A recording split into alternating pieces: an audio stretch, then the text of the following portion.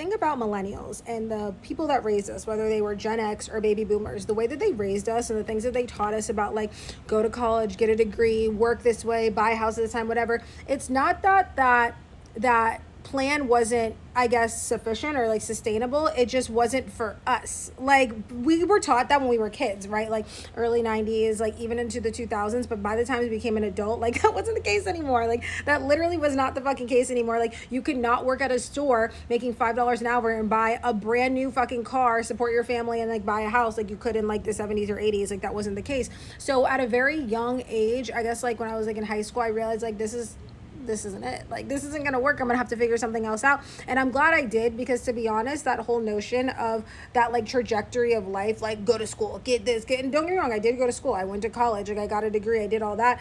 But then it was like the pandemic, thank God the pandemic for me, because it made me realize that the path that I was going on was a path that was not leading me to fulfillment in life. It was just like leading me to stay in line with what like so many of our society, people in our society, are doing.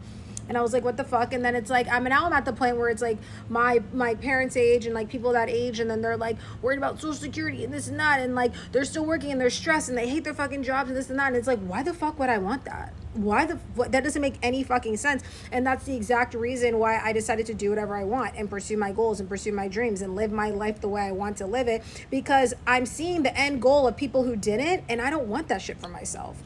It didn't work. It's like, and now I'm realizing it actually didn't really work for them. Like, yeah, they were able to buy houses and stuff back then just because of like the housing market. But as far as like your fulfillment in life, like, I actually want to be happy too living in my fucking house. Like, not just coming home to sleep after being tired from work all day, spending all week and doing anything I can to give me some sort of happiness because I'm miserable at work all week.